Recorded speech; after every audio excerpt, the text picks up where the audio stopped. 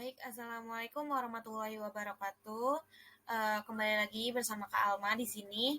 Ya, eh, hari ini kita akan belajar pola-pola hereditas. Jadi sebelum kita belajar, kita berdoa dulu. Berdoa dimulai.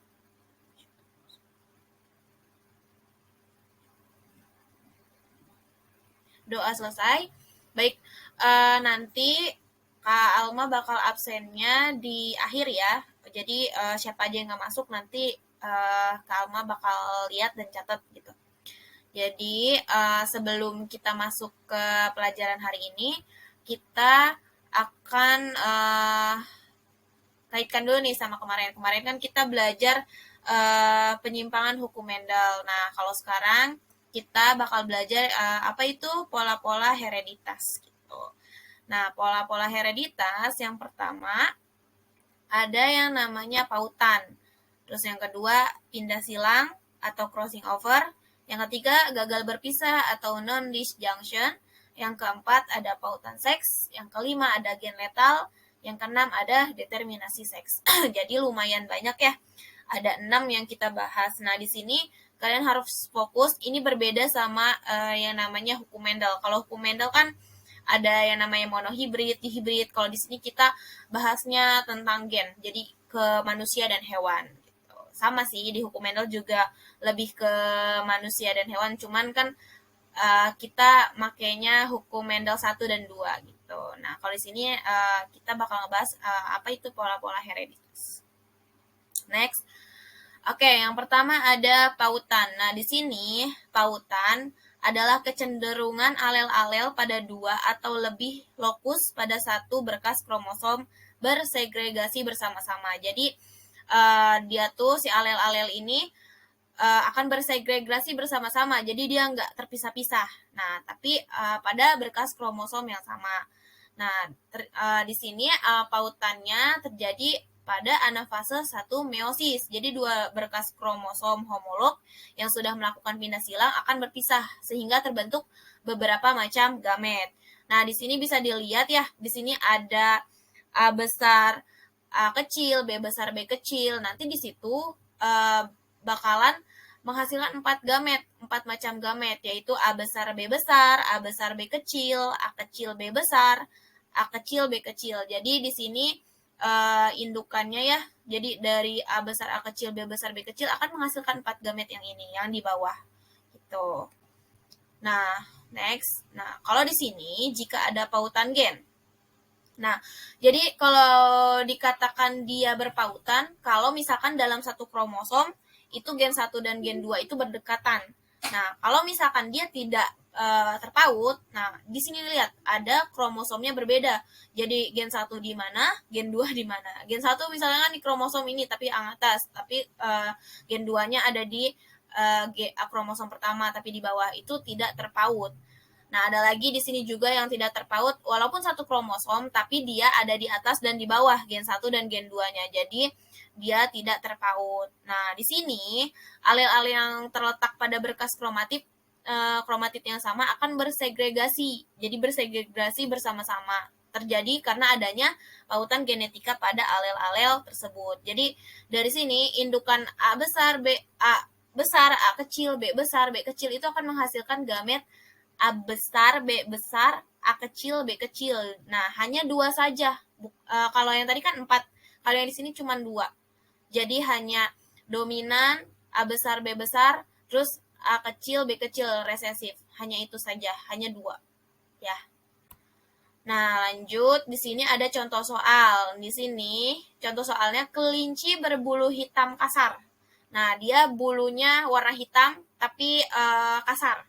H besar, H kecil, K besar, K kecil disilangkan dengan sesamanya. Jadi sama-sama nih. Lihat parentalnya di sini. Di sini H besar, H kecil, K besar, K kecil. Disilangkan lagi dengan sesamanya. Maka akan membentuk gamet H besar, K besar ya.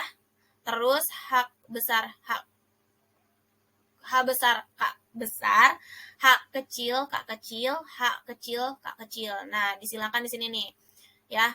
Nah, menghasilkan hitam kasarnya berbulu hitam kasar itu 3.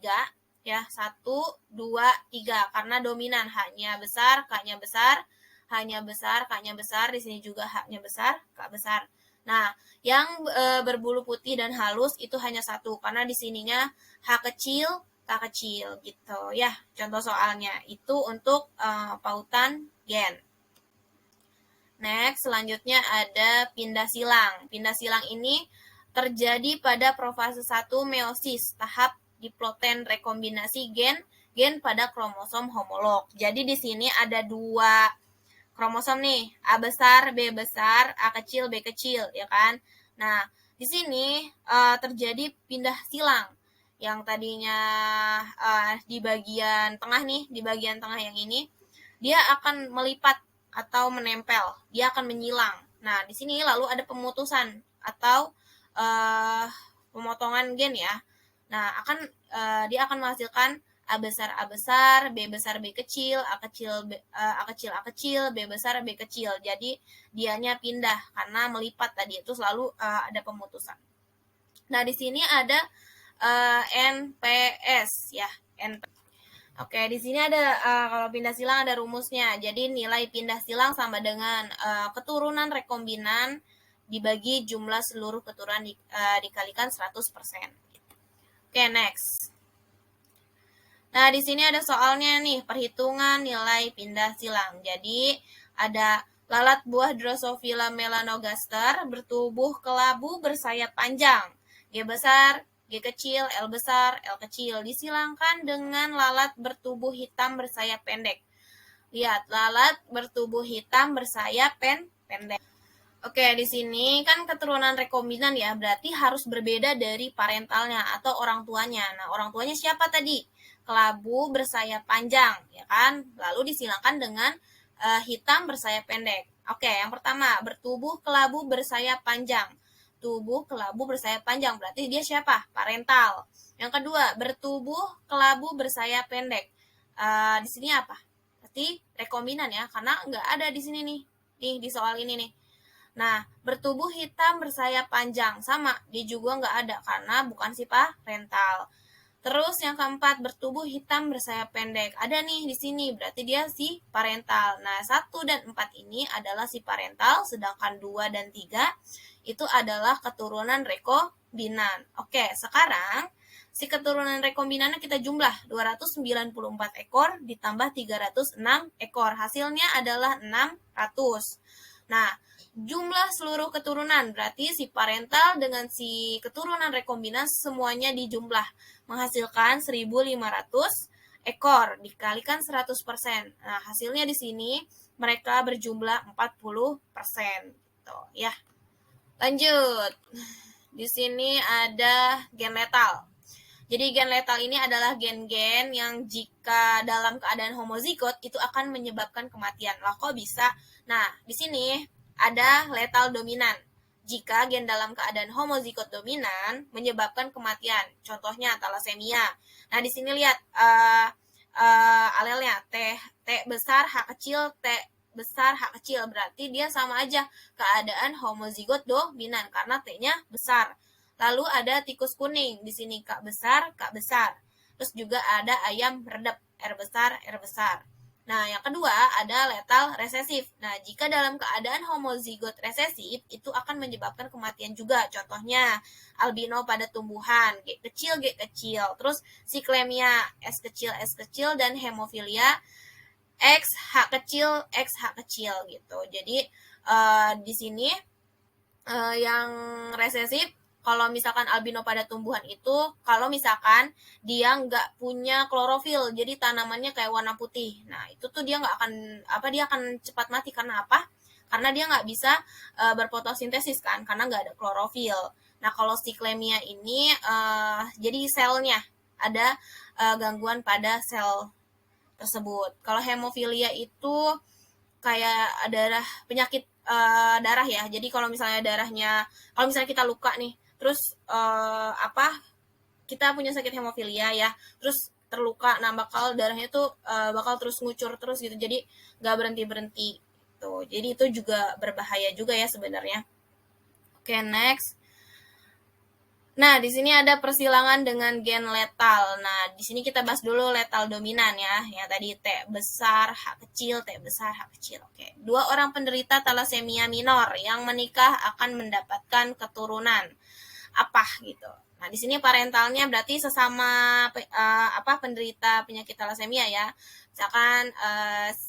Misalkan prianya T ke T besar, H kecil, T kecil, H besar. Disilangkan dengan T besar, H kecil, T kecil, H kecil. Nah, jadi kenapa minor? Karena si T-nya juga di belakangnya kecil gitu. Nah, di sini kita silangkan nih ya, mendapatkan T besar, H kecil, T besar, H kecil ya di sini. Terus dia juga menghasilkan lagi nih, T besar, H kecil, T kecil, H kecil. Lalu yang kedua sama, T besar, H kecil, T kecil, H kecil. Yang terakhir, T kecil, H kecil, T kecil, H kecil. Oke, yang didapetin apa nih? Nah, T besar, H kecil, T besar, H kecil, 25%. Kenapa? Karena hanya ada satu, lihat, dominan T-nya. Ada dua ya, besar. Nah, maka dia talasemia mayor atau letal. Nah, ini udah jelas sih bakal nggak selamat.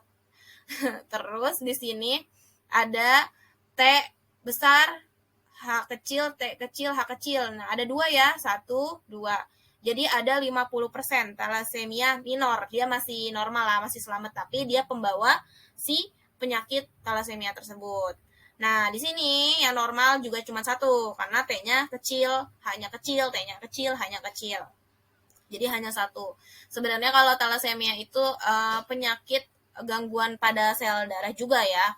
Jadi dia kalau misalkan uh, kelainan kelainan yang pada sel darah ketika kalau misalnya darah itu nggak bisa ngikat oksigen, jadi uh, kayak anemia berat gitu.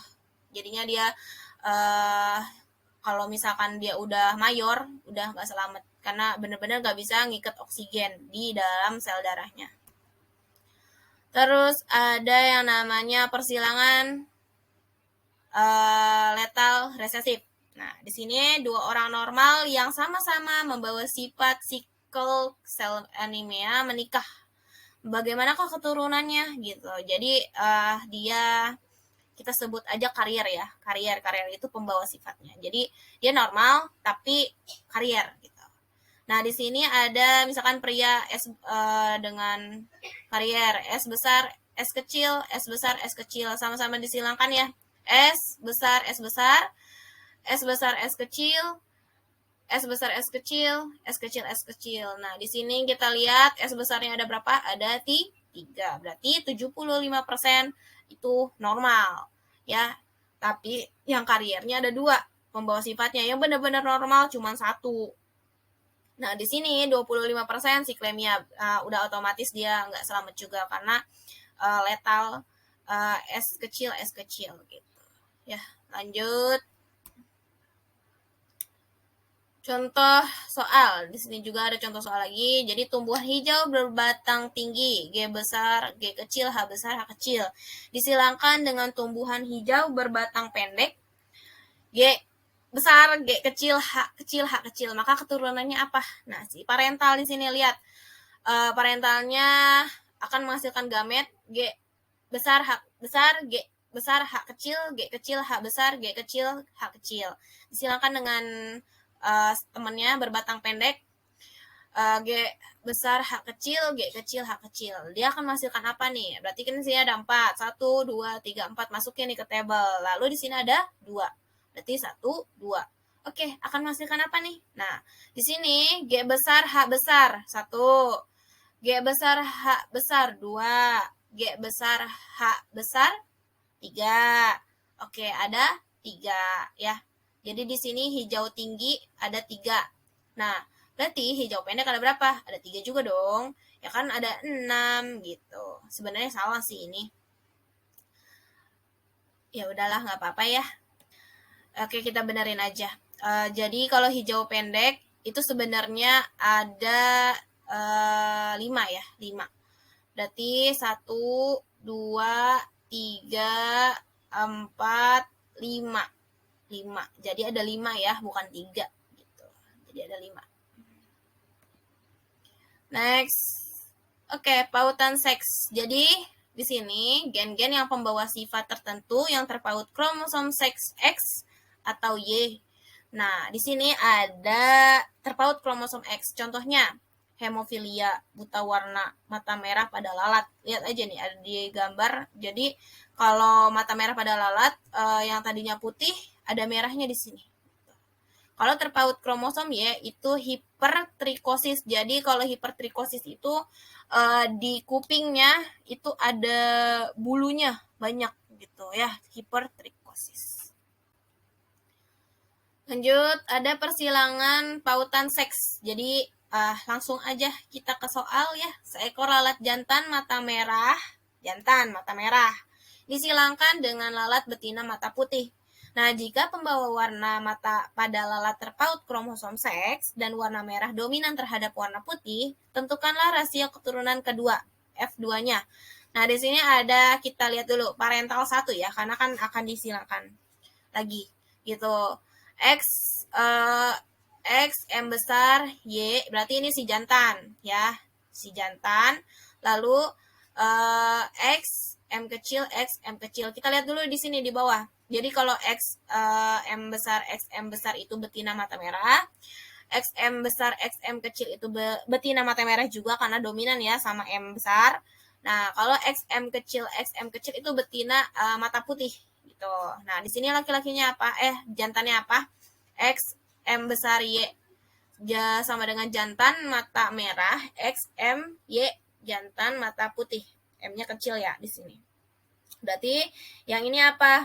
Jantan mata merah, si parental disilakan dengan betina mata putih. Akan menghasilkan apa? Akan menghasilkan betina mata merah, jantan mata putih ya. Lalu disilangkan lagi nih.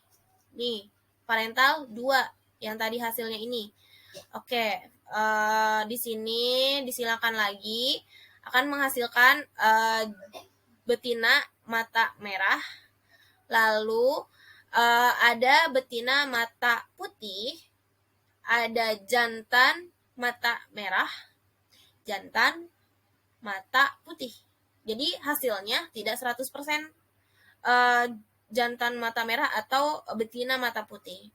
Jadi di sini kebagi menjadi 25% semua. Betina mata merah ada 25%, betina mata putih ada 25%, jantan mata merah ada 25%, jantan mata putih ada 25%. Jadi semuanya totalnya 100% sih, cuman kan kebagi-bagi gitu ya. Oke, lanjut. Ada gagal berpisah atau non-disjunction. Jadi kalau misalkan gagal berpisah, peristiwa gagalnya kromatid yang bersaudara pada mitosis atau meiosis 2. Nah, kromosom homolog pada meiosis 1 akan berpisah menuju kutub yang berlawanan pada saat anafase. Nah, peristiwa ini akan mengakibatkan apa? Akan terjadinya mutasi kromosom anesomi dan anaploidi. Kalau misalkan di sini tadinya diploid ditambah 1 jadi trisomi. Terus kalau misalkan tadi diploid kurang 1 juga jadi monosomi. Nah, sebenarnya berlebihan juga tidak baik, kurang juga tidak baik. Makanya kayak gen tuh harus pas-pas aja gitu. Di sini 2N plus 2 tetrasomi ya. Jadi ada 4 gitu. Jadi nambahnya banyak. Kalau 2N atau haploid dikurang 2 ya tetap aja nulisomi jadi 0. Terus di sini N haploid ya tetap 1. 3N berarti triploid, 4N tetraploid. Oke, next di sini ada, nah ini contohnya nih, gagal berpisah pada meiosis 1. Nah, yang harusnya dia berpisah malah ketarik ke bawah. Jadi nanti pada saat meiosis 2 mereka akan kebanyakan gitu gennya. Jadi di sini harusnya 2 malah jadi 6 gitu ya, jadi banyak. Nah, di sini ada nih meiosis 1 normal nih, normal aja. Pas yang kedua nih, meiosis 2 itu gagal berpisah, dia akan kurang. Yang harusnya 4 malah jadi 3. Nah, nggak baik juga kan tadi kelebihan atau kekurangan. Nah, di sini makanya digambarkan seperti itu. Gagal berpisahnya ada di meiosis 1 atau di meiosis 2. Lanjut. Oke, contoh kasus non disjunction. Jadi yang pertama ada sindrom Down, trisomi pada kromosom nomor 21. Kita lihat di sini nomor 21. Yang semuanya hanya 2 ya. Di sini ada 3 nih di kromosom nomor 21 gitu. Jadi dia nambah 1. Jadi harusnya 44 malah jadi 45 ya di kromosom 21-nya. Nah, ini bisa terjadi pada perempuan atau laki-laki. Nah, di sini sedikit dijelasin kalau sindrom Down itu 1000 wajah ya, kalian tahu. Jadi mukanya semuanya sama kayak ras mongoloid. Nah, dia juga fisiknya nggak sempurna. Jadi organ-organnya juga tidak tidak berfungsi dengan baik gitu ya. Terus juga IQ-nya rendah. Lanjut, ada yang namanya sindrom Turner. Jadi dia itu monosomi pada kromosom seks. Lihat di sini, harusnya ini terjadi pada perempuan ya. Harusnya di sini XX malah jadi X aja gitu, X0. Jadi dia perawakannya akan seperti laki-laki. Nah, di sini sindrom Turner itu biasanya terjadi pada perempuan. Jadi nanti dia badannya besar, bukan lagu dinosaurus ya. Jadi badannya besar gitu. Terus tapi di sini dia juga mandul, nggak akan bisa punya anak. Jadi sindrom Turner itu. Oke, lanjut. Ada sindrom Jacob. Jadi sindrom Jacob ini trisomi pada kromosom seks. Nah, yang harusnya XY aja dia nambah nih jadi XYY, ya kan? Benar sih 44 gitu ya. Cuman di kromosom seksnya nambah 1 jadi XYY. Nah, di sini sindrom Jacob itu apa ya? Lebih kayak bukan psikopat ya. Jadi apatis, orangnya antisosial gitu. Jadi kurang mau berbaur sama yang lain gitu. Sindrom Jacob. Lanjut. Ada sindrom Patau, trisomi pada kromosom nomor 13. Jadi di kromosom 13 ini dia nambah 1 kromosom yang harusnya 2 jadi 3. Tapi normal sih. Ini bisa terjadi pada perempuan atau laki-laki. Maksudnya dia nggak terpaut sama kromosom seks ya. Jadi kromosom di nomor 13. Nah, ciri-cirinya itu sumbing, terus juga organ tubuhnya juga ada yang tidak normal ya, maksudnya tidak berfungsi dengan baik gitu. Ciri-cirinya sumbing sih yang sering kita lihat di masyarakat pada umumnya. Lanjut, ada contoh kasus di sini sindrom Klinefelter, trisomi pada kromosom seks. Jadi XXY nambah nih, nambah X-nya. Yang ini terjadi pada laki-laki ya. Jadi perawakannya itu si laki-laki itu jadi lemah gemulai alias si badannya ini harusnya gagah gitu. Kita lihat aja deh di sini ya gambarnya.